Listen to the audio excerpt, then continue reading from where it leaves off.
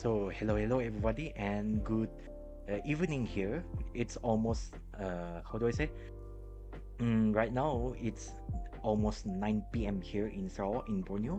Okay, let me say here clearly. Okay, it's 9 p.m. here in Sarawak in Borneo. So we are going to go start here pretty soon. I mean, it's not really pretty soon. It's now. So why not? Let's do it instead. Okay. So let's move in. So hello everybody and good evening. I'm Daniel Suguwa, your host today for the launch of the Long March 8 rocket. This one is specifically the flight Y7. They are going on this launch. It's going to launch the SpaceSail Polar LEO satellites constellation. If I remember, this one is the Qianfan Jigui 04A until R, or in other words, it has 18 satellites on board on this mission. And for one thing's for sure, we are not 100% really sure how's the launch will going in and whatnot.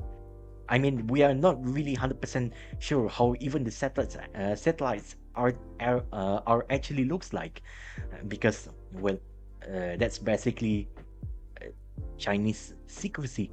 What else can you do? Yeah, China secrecy stuff. Yeah, just to not be mistaken. I've already corrected. Yeah, but yeah. So, but let's see. This is the view right now. Okay, and I need to adjust. I need to adjust the view. Okay, so what you're looking right now is the launch is the Long March 8 rocket. This one is the, if I remember, this one is the original base of the Long March 8. Okay, this one already strapped in with the booster. It's not the lengthened version of the 3.3 meters. No, it's not that kind of size. It's around this one, if I remember, 2.8 or 2.5 meters. On the first stage and also the second stage, it's obviously going to use the Carolox propellant, which is liquid oxygen as the oxidizer, and also the super refined kerosene as the RP1, rocket propellant 1, as the fuel itself. Okay, and also on the second stage, or basically the upper stage version of this, it uses the Hydrolox propellant, which is the liquid, still the same, oxidizer, liquid oxygen as the oxidizer, and also the liquid hydrogen as the fuel itself. Okay, and for your information, the liquid oxygen has actually it's in order to still go stable into the liquid form itself, it needs to be cooled down to it needs to cool and chill down to negative 189 degrees Celsius, while for the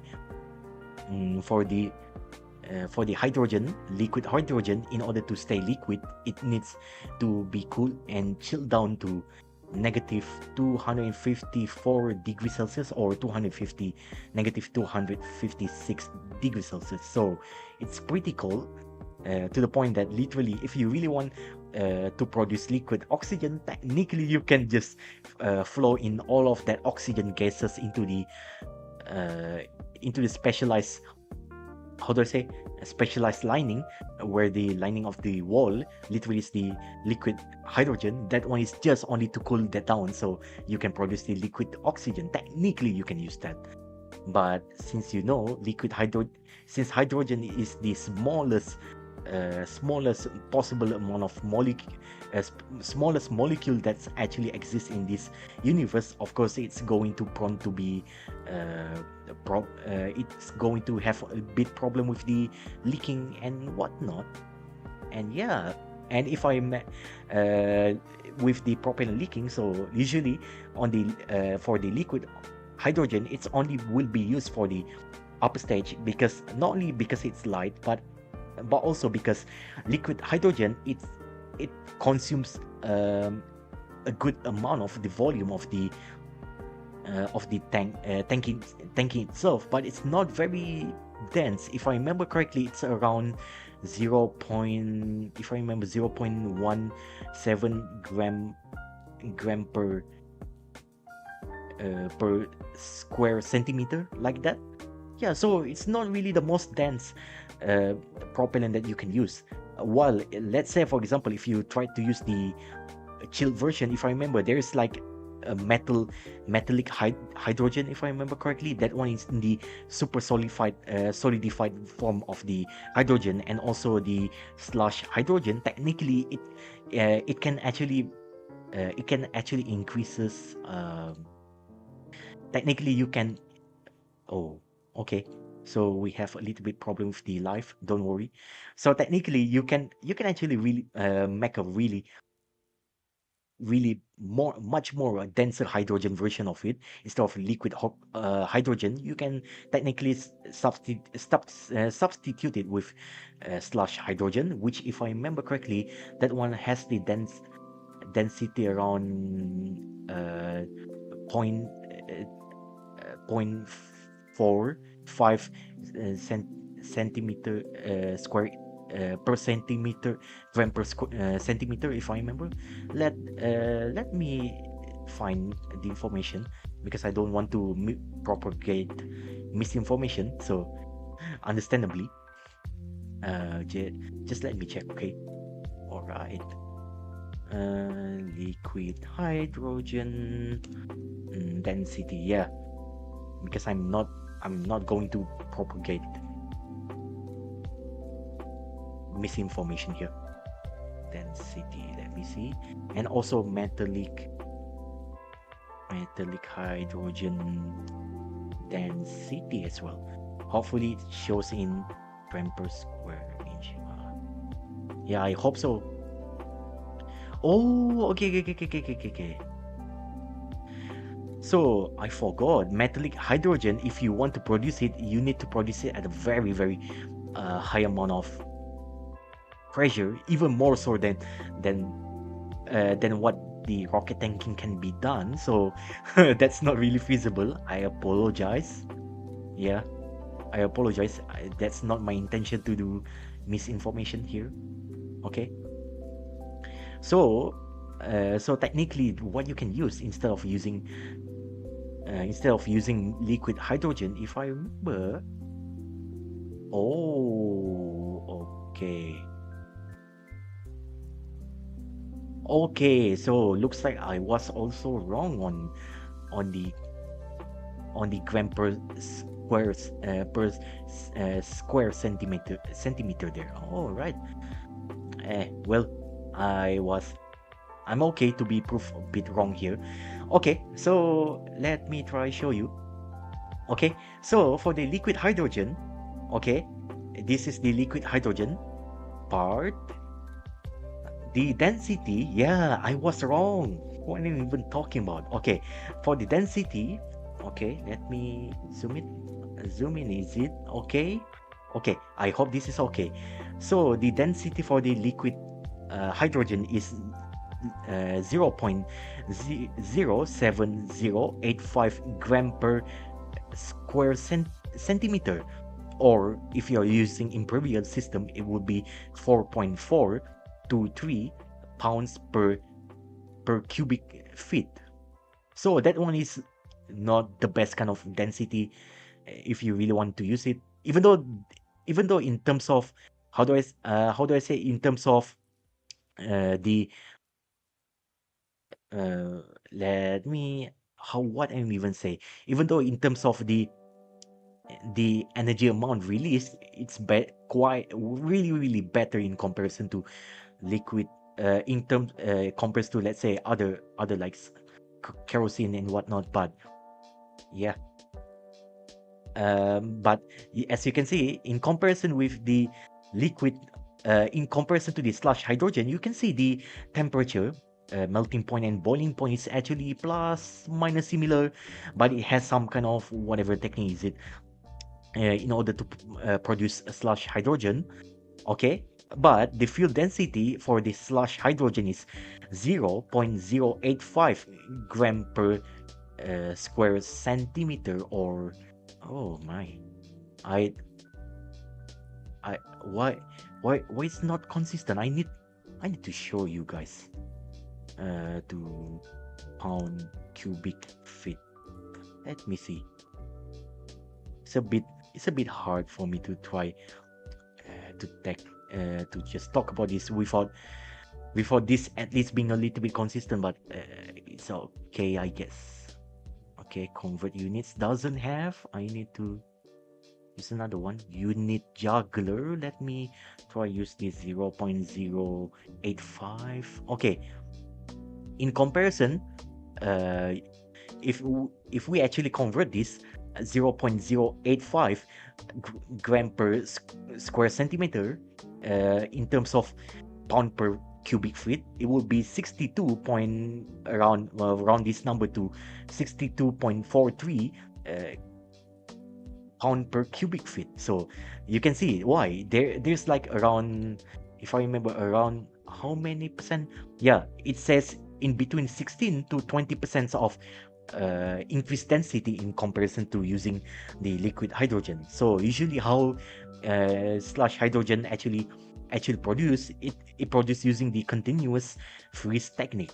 Okay, what it does is it pull a continuous vacuum over the triple point liquid, and then afterward it uses the solid hydrogen mechanical icebreaker to disrupt the surface of the freezing hydrogen. So basically similar to try imagine you're making the milkshake. Okay, what you're going to do with the milkshake? Of course you're not going to make it keep it icy. Oh, okay. Okay, so I can continue my discussion. Okay, so basically, the kind of how it produces quite analogous, but not entirely similar to the way how do you make a milkshake. But try imagine you try to cool it down, reheat it again, cool it down, reheat it again, all over and over until it has that kind of ice, and then you just try to slush it all together and then just mix whatever ingredient you want. You want to make a chocolate, you want to make vanilla, strawberry, you name it. That's basically the analogous. How do I think about this slush hydrogen? It's like you're trying to make a milkshake, but instead of just crushing the ice alone, you actually reheat it, recool it, reheat it, and recool it over and over until it produces that um, solid hydrogen, solid hydrogen ice, and then you just crush it together to make it very very to make it a slush hydrogen instead. So basically, that's the in the nutshell how it works. Okay, and still this is the Long March 8 rocket with the Qianfan Jigui. Oh, apparently group 7. Huh. Okay, group number 7. Aye. All right, all right. That's awesome.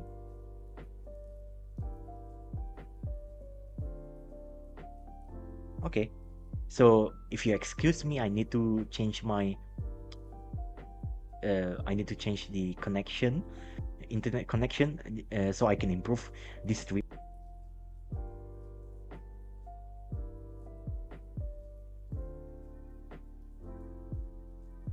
All right. So we are back again. How's about that? Hopefully there's no weird kind of amount of crash here and there. So, and you can see credit to Space Lane Lens and also to international rocket launches for the stream. Yeah, Space Lens is actually the one that actually stream this stuff, but international rocket launches actually compile this all together. So I don't have too much of the hard time trying to get this stream going on. So credit so credit to Space Lens and also international rocket launches for doing this kind of hard job here. So thank you so much. And yeah, it's already been quite a while since we actually see the let me see, excuse me, since we actually since I actually streamed this launch of the Long March 8, so it's good to be back again, you know. And yeah, I originally planned for the Long March 8 somewhere last year around, I believe, June, July, August, something like that. But unfortunately, most of the timing is not really that great, and I do have classes, lectures, and whatnot, so not feasible for me to just go live just like that. So, so it's understandable why. And you can see the timer there. Yeah, awesome. So T minus 40 minutes and 28 seconds before the flight. Okay, and still good so far. Okay.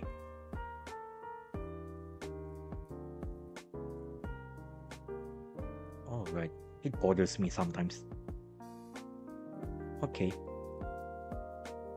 Yeah, you can see sometimes it bothers me that that the stream does have like hitches here and there, but it's okay. Things happen. And yeah, thank you.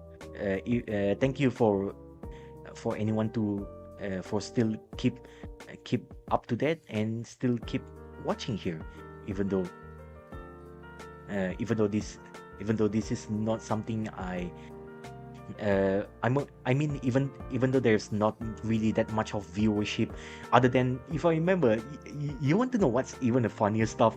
I actually streamed the Minotaur 4 rocket launches just less than 2 hours ago. I tried to stream that one, and people literally come to that stream before like crazy. Like, wow, how wow, people actually really come to this stream. So I guess it's also depending on if you're lucky. If you're lucky, you happen to be there at the right time, at the right moment. People will just come and watch your stream anyways. And yeah, this day I just don't entirely care too much about that kind of weird viewership, low viewership count here and there. Not really to care anymore. I just want to stream when I want to stream, and just give whatever I can give the best. And yeah, so far this is the view you are looking right now of the Long March 8 rocket from the Wenchang commercial space launch site. This one is just besides the governmental version of the Wenchang space launch site. This one is also governmental as well, but we're designated as commercial, just to speak. But yeah, just for the sake of simplicity, just call this as commercial launch site. And the other place is just beside of it is just a non-commercial launch site. But even then, it's mostly, I can say, just this plus minus the same thing. Yeah, plus minus the same thing anyways, because it's also still state on, despite the commercially parts. Basically, let's just say it's more like a GLC kind of thing, like a government link company, something like that. So it's technically in that umbrella for the Wenchang commercial space launch site. Yeah, and you can see it's still standing there. Not much else we can discuss. Okay, but let me try look at this one while we are still waiting. We are looking at the never mind. I believe that's okay. Long March 8, is it? Yeah, Long March 8. If you are very curious about this one, the original Long March 8, it actually can launch up to 5 metric tons or 5,000 kilogram to the 700 kilometers altitude of the Sun Synchronous Orbit, SSO, in case you're very interested. That one also located in the low Earth orbit. But this one, this specific type of orbit were famously known, at least the SSO part, famously known as the sun synchronous orbit, is that because that when it's finally launched and it's going and it's targeting into this orbit, usually the satellite will constantly receive the sunlight 24 hours. It's just following the around the terminator line, something like that. Yeah, it's just following the daylight time, so to speak, just to keep, or basically, let's just say the reason why they choose this SSO, this sun synchronous orbit is that just for the consistent imaging, number one, and number two, let's say even if it's going into the nighttime, at least it can actually see consistently without any kind of sun shadow and what on the daylight, and on the nighttime there's no shadow, so they can image it consistently as much as they can. Okay, and also you need to know that this Long March 8 version, this is basically like this is basically a stripped down version of the Long March 7, just to speak, because Long March 7, it does have four bipropellant liquid boosters in comparison to just two. As you can see, this one only two. Long March 7 will be something here with the four strap-on boosters instead. You can see another two is on the back. You cannot see on the Long March 7 picture there. And yeah, and apparently they also have the Long March 8A, the upgraded version. This one upgraded capability to 7 metric tons to the same altitude as well, several hundred kilometers altitude of the sun synchronous orbit, SSO. And also the Hydrolox propellant part, it has the larger diameter. So let's say instead of the Long March A, yeah, let me see. Okay, so instead of the Long March, okay. So basically, on the instead of the second stage just using the 3 meters, it actually increases the diameters to 3.35 meters, just to match with the Long March 8, just to match the first stage booster diameter, which is also 3.35 meters in comparison to this one. If you can see, slight difference there, just slight difference. You can see on the payload adapter, there is slight changes. You can see on the interstage there, you can see how it's connected. On the upper stage, this one on the Long March 8, upper stage would be 3 meters of diameter in comparison to the first stage, which is 3.35 meters. While on the second stage, okay, while on the second stage, while on the booster stage, it has the diameters of 2.25 diameters. That's basically it. And yeah, and also from my understanding as well, oh yeah, the upper stage, yeah, it's correct, yeah. Okay, so okay.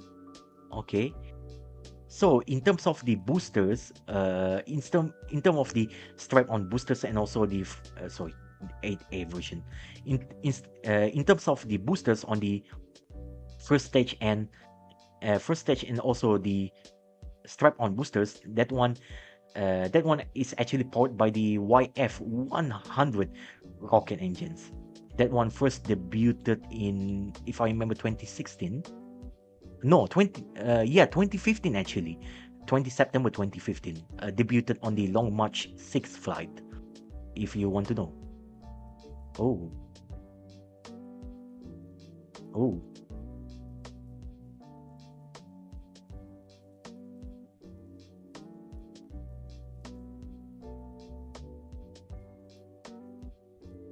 Oh, I'm sorry for the disruption. Sorry. So in terms of that, the YF-100 rocket engines is actually debuted on the Long March 6 on the maiden flight of the on the 20 September 2015. Yeah, this is how the Long March 6 looks like. In case you want to know, it's this one. Okay. I mean, I remember back then when I was still new in rocketry stuff. I remember this one is back then is actually pretty fresh, you know. And this is how it looks like, the first maiden flight of this one. You can see. And yeah, in case you want to know why the burn looks clean, because it actually uses the stage combustion cycle, basically another advanced version of the engine itself, but it prioritizes more on the oxidizer part in comparison to the fuel part, presumably to cool it down the engine much better in comparison to using the fuel. So this is how it looks like, the operation. Okay, how the okay, how never mind. I'll do like this, just hover it apart. So basically, how it looks like is that most of the stage combustion cycle, how it actually operates, it's something more like this. The fuel pump and oxidizer pump actually just move together. But first, if I remember, it moves into the pre-burner. Yeah, the one, it can actually be one of it or actually both, but in this case, because it's oxidizer rich, of course it's going of course the oxidizer pump will part of the portion of it actually it goes into the pre-burner, and then the fuel pump, the where it's exchange using the heat exchanger, it exchanges the heat to the nozzle. Okay, nozzle wall lining is going there, and part of it also going into the pre-burner, where it's actually going to move where it's going to combust a little bit just to move the fuel rich gas to move the turbine. Okay, turbine, if I remember, the turbo pump turbine, where it's going into the combustion chamber, and eventually this oxidizer pump, oxidizer and also the fuel, it's moved together inside of it, and then it burns the nozzle. So basically that's how the stage combustion cycle looks like. It's also known as the closed cycle, if you want to know, because it does not waste any kind of stages here, and doesn't waste with any kind of stuff. So any kind of fuel just going out somewhere, it's basically just burned completely on the combustion chamber. So that's that. And also is also known as topping cycle, pre-burner cycle, but mostly as closed cycle or even stage combustion cycle. Okay, and this is how it looks like. All right, interesting. And I need to use this. And for the second stage, okay, let me try. Right. Okay, so you guys should be able to hear it. Okay, and for the second stage, finally, it uses the YF-75 hash. Okay, the hydrolox part. Okay, and this one is the closed expander cycle. Similar operation to the stage combustion cycle, but it operates more on the square law, square cubic law kind of stuff. So as you try to extend the rocket engine itself, the design of it is going to reach a certain point where if you design it way too big, it's not going to have any efficient expander cycle. It uses the closed expander cycle. Okay, and this is how it looks like. Similar kind of operation as well, but instead the turbine. Okay, but instead there is no pre-burner stage. It just directly tap into the fuel pump. Okay, nozzle lining cooler there. It's just use that. It just directly uses the fuel pump to move fuel to move the turbine, the turbo pump, and then it's just combusted in together with the oxidizer inside the combustion chamber. Also closed cycle and as efficient as it can be. So that's that. Okay, and I'm back again. Okay, T minus 30 seconds, but at this point, there could be a little bit of slight stream delay from well anywhere else, especially from where the space lens are actually streamed. Okay, and so far as you can see, the launch clamp not yet released there, so that's why the timer is not. That's why international rocket launches basically you can consider this channel as friends of this channel. Okay, that's why he or she, whoever behind this channel, uh, already closed the timer, because we are not pretty sure when. And as you can see on the first stage, on the second stage, she have already finished topping up. That one, if I remember, that one should be the liquid oxygen. Okay, it's venting out. Okay. Okay, and I already closed the music part, so you guys can hear this. You guys can hear this properly. So let's see. Okay, we are still waiting for the launch commencement to begin, where it's going to launch from the Wenchang commercial space launch site. This one is the launch complex number 1. Okay. Launch complex number 2 is just beside it. Okay. And we are still waiting.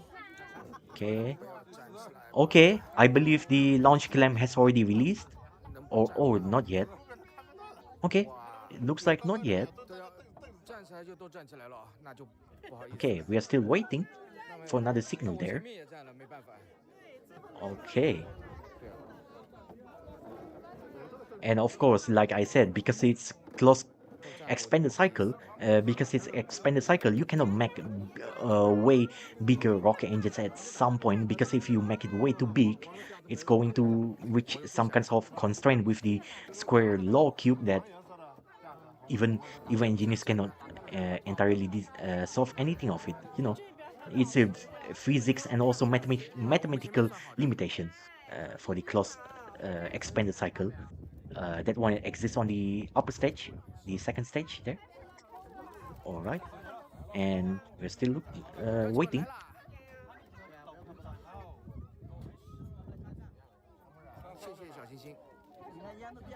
Okay, I believe what we are looking right now. Yeah. Okay, by now I think they've already retracted the launch clamp there.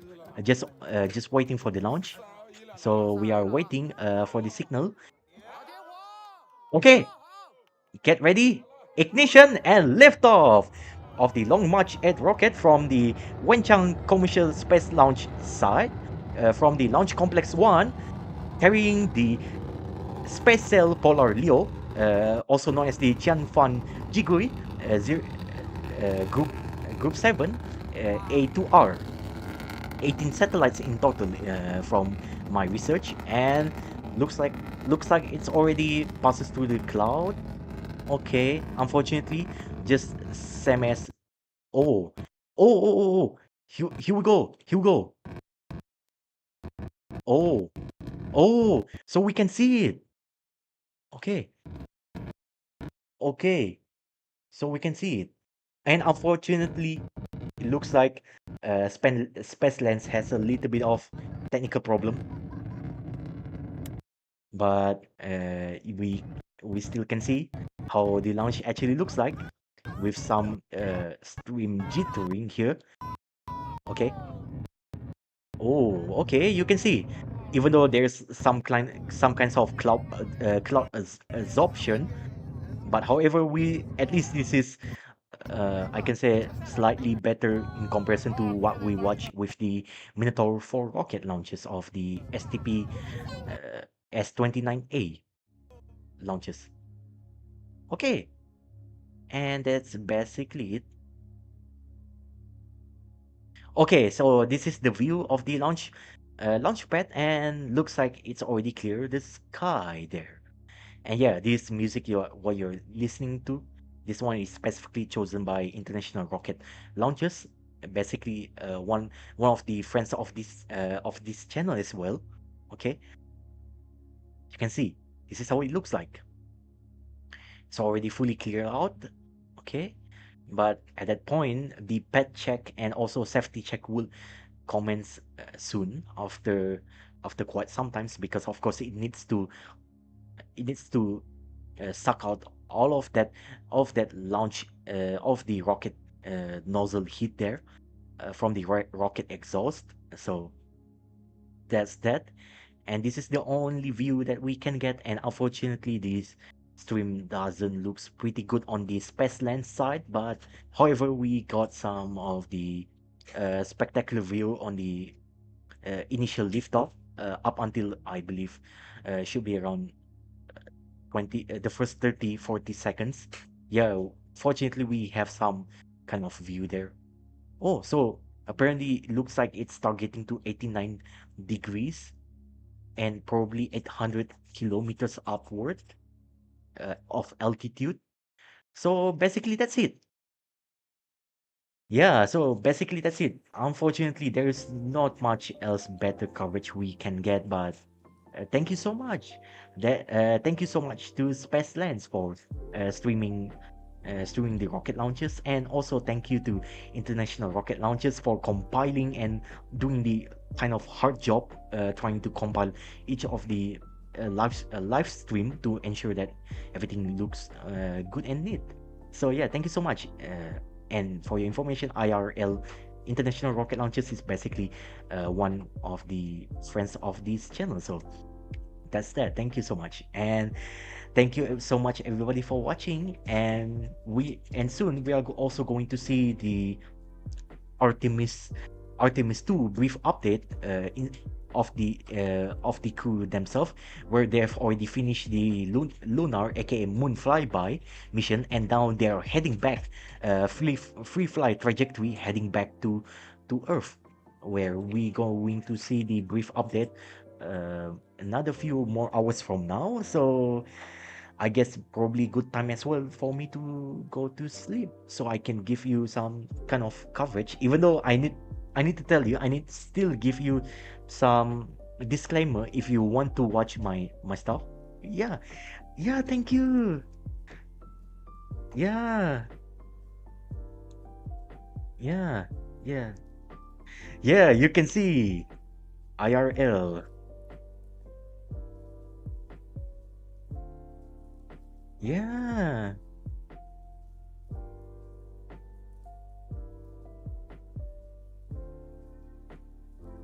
Hmm.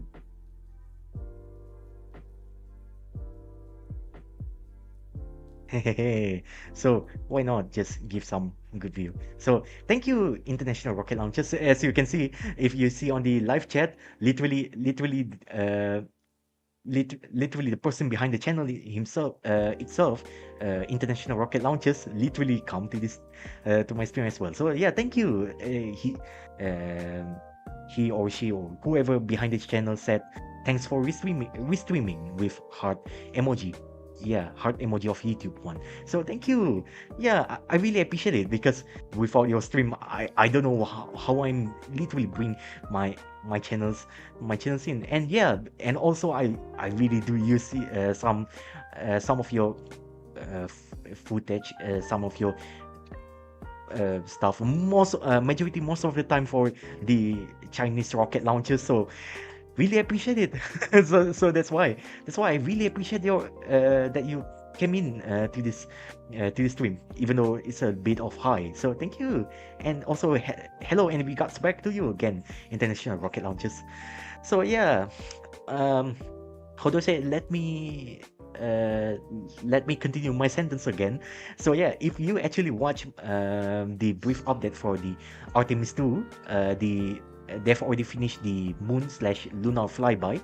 If you actually watch that stuff up until the touchdown and until the splashdown, you need to remember, if you come specifically for my stream, don't treat it as a very serious technical stream at that point. Seriously, don't treat it as such, because how do I say?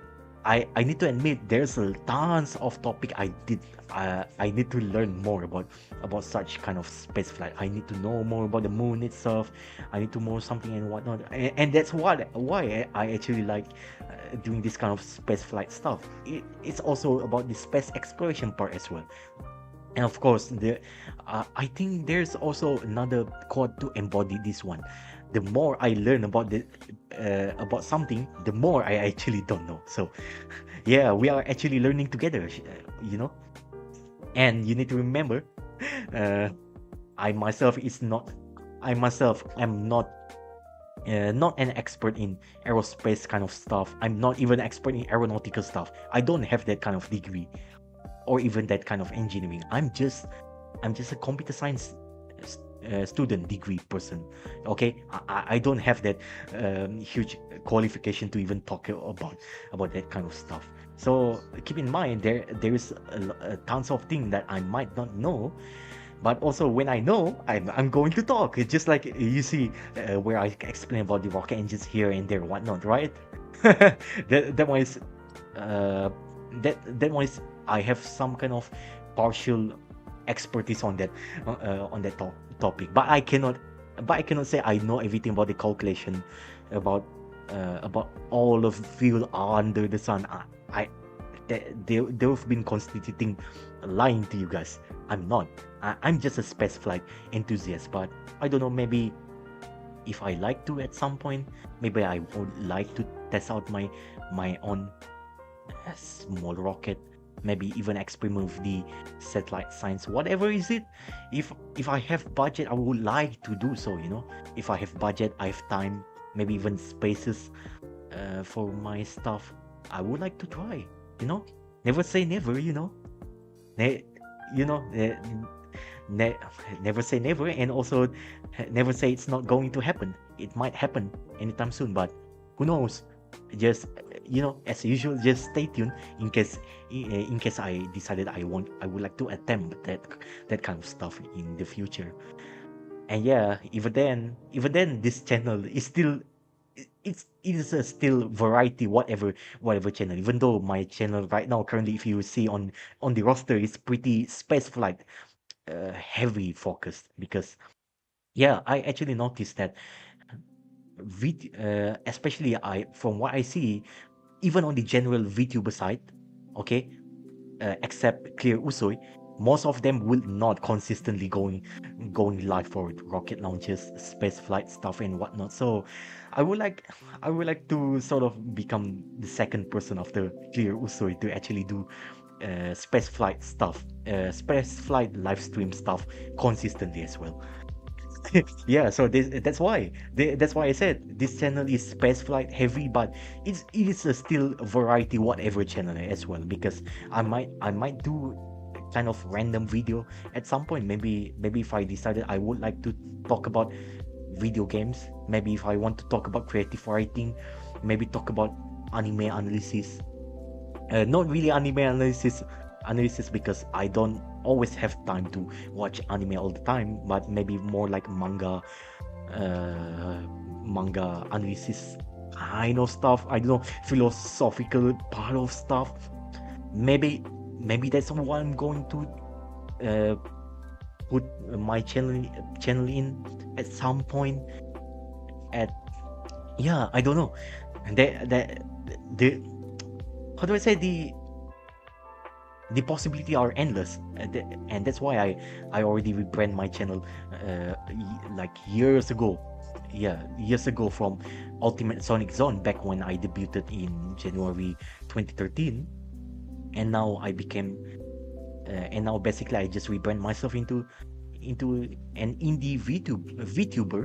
Okay, that one fortunately it came in just right at time when the COVID-19 pandemic literally just came in, and I discovered the tooling and software needed to get it work. It turns out actually can be quite simple. I mean, even my setup here, you can see, it's actually simple. There's nothing too exotic here. Seriously, nothing too exotic. But when there's a will, when there's a way, always a will. Or if I like to use this kind of a joke parable, it would be something like this.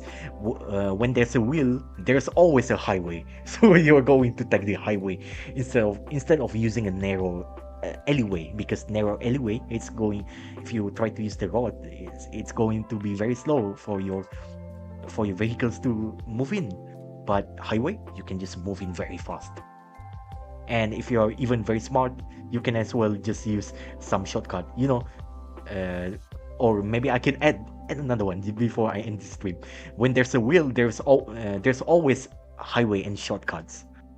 Okay, but make sure it's legible solution. You cannot just use that shortcut willy-nilly without evaluating if that shortcut is good kind of shortcut, or it's just kind of shortcut that will lead into disaster. So basically that's my thought about this situation. So yeah, don't worry about the algorithm stuff part and whatnot. When the times literally aligns on you, people will just come in, watch your stuff. I don't know why I'm giving a little bit of weird thoughts about this tonight. I don't know, because I thought about my ultimate Sonic Zone day back in the day. You know, I mean, I don't care. I don't.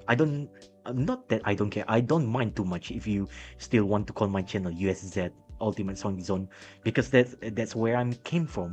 But the reason I rebrand it, because I just I can't even figure out what I want to do with the Ultimate Sonic Zone branding. Okay, because it sounds, how do I say, it sounds way too amateurish. Something coming back in the 2000s, early 2010s, and practically I've already moved on from that kind of weird naming scheme era. So that's why I rebrand myself into Suguwa. I mean, it's better to have this kind of personality and also 3D avatar, rather than just keep being faceless. Being a faceless YouTuber. I mean, especially if being faceless this day, it doesn't rewards you pretty well, and people was just going to accuse your channel, your content as weird AI slope. No, this is not an AI slope. Usually when I put the picture, I try to find information. I try my best to be very, very, very, very careful where I'm finding the information, because for most of cases I actually uses is that uh, the search AI stuff, it's not very accurate when it comes to information. Sometimes only small portion of the time it can actually find that obscure obscure information, but most of the time it doesn't. I remember the part where I tried to find the picture, how do I say, where I would like to say about the do you remember when I actually used it for the flight day number 5, if I remember, where it's, or flight day number 6, just up until this early morning. Yeah, about the thumbnail, where I want to find the Orion capsule approaching to the moon. I try to find and scrub almost all the corner around the internet, but it's tricky. So basically, so at that time I just think, okay, so maybe I can sort of try and see if Google Gemini, or Google, or basically Bart, with the old name, if it can find me that official NASA photograph of that specific stuff. At first, it tries to tells me, hey, I cannot find this stuff, and then it just give me the picture where the Orion literally just heading heading out, flying by flying out by from the moon. Okay, but eventually when I just says like, oh, okay, it's fine, thank you so much for finding this me stuff whatsoever, then it suddenly just give me the correct information. It just say, oh, I found this Artemis 1 information, like yeah, like the Orion capsule literally almost approaching to the moon. So and then I also already verified this information. I even searched scour from the NASA and also from the Wikipedia, and I can confirm it's correct. And just like, man, you could have just give me the correct one. But yeah, that's probably, I can only think, small amount of real use case I can only think about when you try to find a bit more obscure information about the picture and what's on, and you got dropped out with the semi image that doesn't represent you. Probably sometimes it can help you just a little bit, but again, at the end of the day, whenever I try to find information, especially I try to put the image, the picture, whatever media is it, uh, you won't see any kind of uh, generative AI stuff there. That's basically my place. That's basically my stance. I can only use it only to cross check whatever information I have and then combine it together. But I don't use it to generate images or even videos. That's not my stand. This is not what my channel aim for. Okay, so so keep that in mind. I try to be as accurate as possible, but yeah, when it happens, it happens. So that's that. Thank you so much for by for my talk. I don't know if it bores you, if it okays by your standard, but I hope you guys okay with what I'm talking about. So yeah, thank you so much everybody for coming into this stream, and also for listening to what I'm to a bit of my speech what I'm talking about.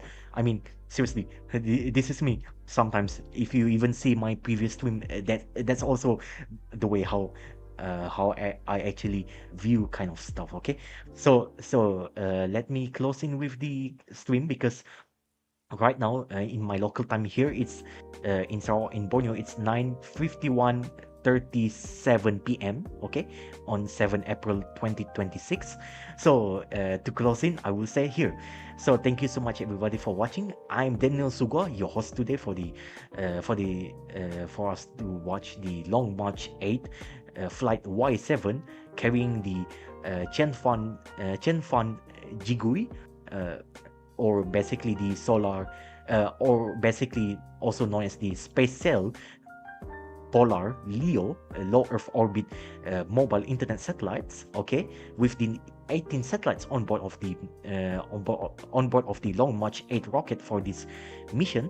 Okay, it's basically an analogous of the SpaceX Starlink, and also OneWeb, and also ST Space Mobile's Bluebird, just to name a few, and also Amazon Leo, just to kind of speak. Yeah, so thank you so much everybody for watching, and take care everybody. We shall see you soon for the Artemis 2 brief update flight, day, I believe flight day 7, isn't it? Okay, because I already lost count of it. Yeah, flight day 7. So we are going to see that brief update soon enough. So yeah, stay tuned. And when you see that kind of stuff, please do not treat it as a serious space flight commentary. And that one is not. That one is just for casual viewing stuff. In comparison to what I usually will do with the rocket launches. Yeah, rocket launches I can be a bit more serious, but for the space flight stuff, the human space flight stuff, when I treat it either semi-casual for ISS, International Space Station related stuff, including the EVA, the extravehicular activities part. Okay, or mostly going to be casual, like you have already seen before on the Artemis 2 brief update. Usually I do what kind of update is it. That one is mostly very casual, because most of the topic I don't know of it. I am not going to pretend to know everything else. Plus NASA commentators already give summaries, what is it. But the only best thing I can do is that I can add some of the information missing from the NASA. For example, if they mention about the PCD, the personal computing devices, that one is just another way to say specialized, aka NASA approved tablet and also laptop to be used in space. Yeah, because space radiation stuff and whatnot. So that's why they have to have their own stuff. So with the PCD stuff. So thank you so much everybody for watching and take care. And yeah, I want to say I'm not yet having my dinner yet, so I need to have my dinner. Seriously, for real. Yeah, because I use most of the time to prepare for this stream, so I don't have time to prepare for the. Yeah, I don't have much of the time to prepare for the dinner as well. So thank you so much everybody for watching, and take care and stay safe. Bye bye. And yeah, you can now finally safely exit from this stream. You know, just like the Windows 95 or 98 kind of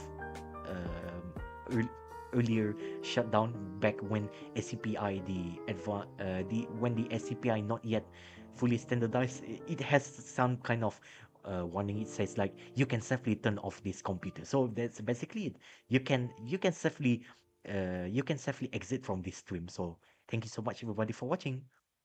Bye bye. See ya for the Artemis 2 brief update flight day 7. So thank you so much. Bye bye. See ya and love you all everybody. Bye bye.